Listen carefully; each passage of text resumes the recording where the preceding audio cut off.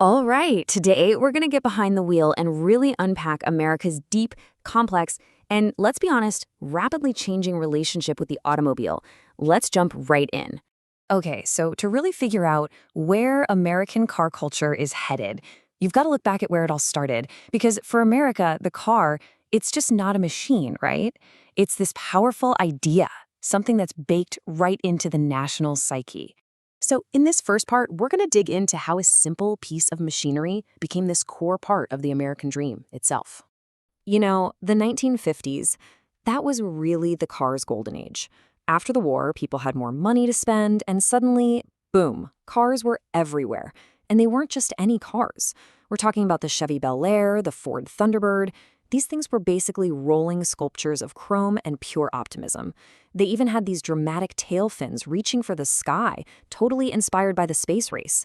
This car boom is what fueled the growth of the suburbs, creating this whole new lifestyle where you needed a car for, well, everything.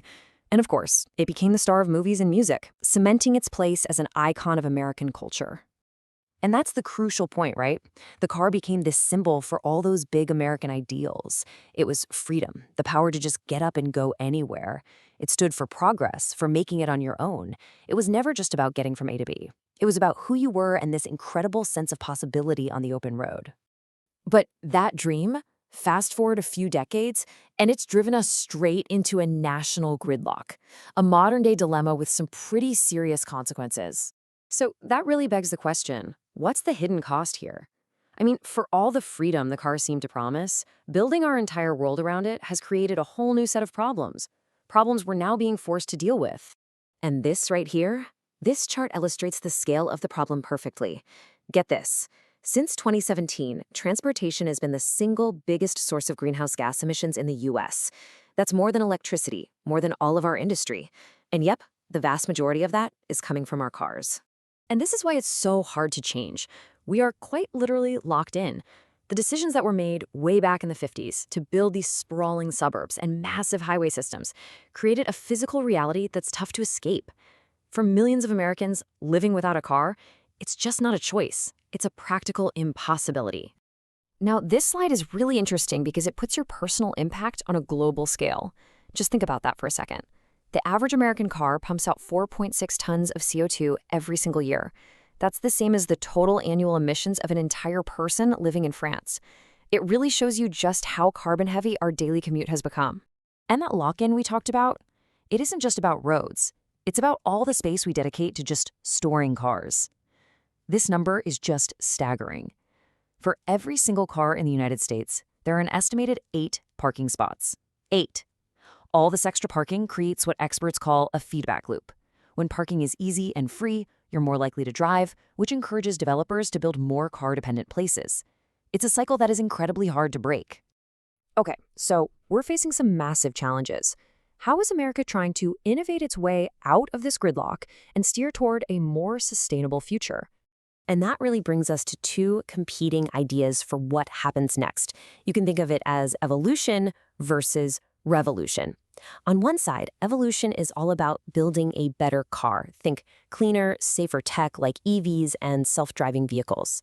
On the other side, revolution is a much bigger idea, rebuilding our cities for fewer cars altogether. All right, let's dive into that first path, the evolution of the car. This approach keeps the car right at the center of American life, but tries to make it way smarter, way cleaner, and safer through new tech. So a huge part of this evolution is electrification. The government is pouring billions into EVs, but this chart really shows that the US has a ton of catching up to do.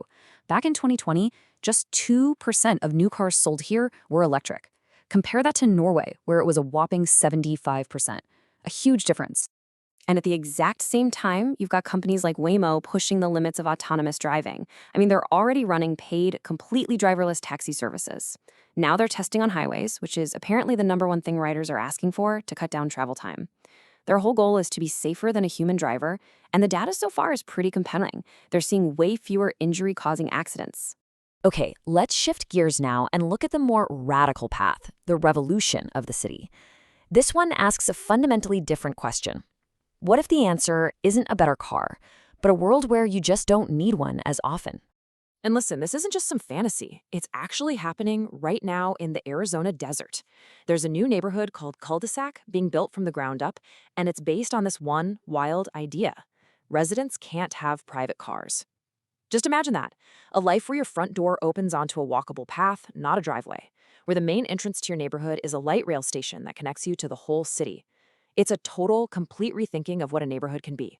And this slide shows that the revolution isn't always about these huge, brand new projects. A lot of it is about making the alternatives we already have just way more attractive. Think about it. High-frequency transit, like buses or trains that come so often you don't even need to check a schedule. Or protected bike lanes that actually make you feel safe from traffic. When you pair these kinds of improvements with policy changes, you can really start to shift how people choose to get around every day.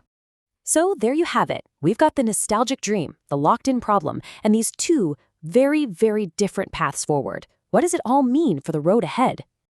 Ultimately, America is really at a fork in the road. It has to figure out how to square its historic love affair with the automobile with the urgent realities of today. And while the future is probably going to be a mix of both of these paths, the real question is this: is America's next great innovation going to be a smarter car, or will it be a world where we don't always need one at all?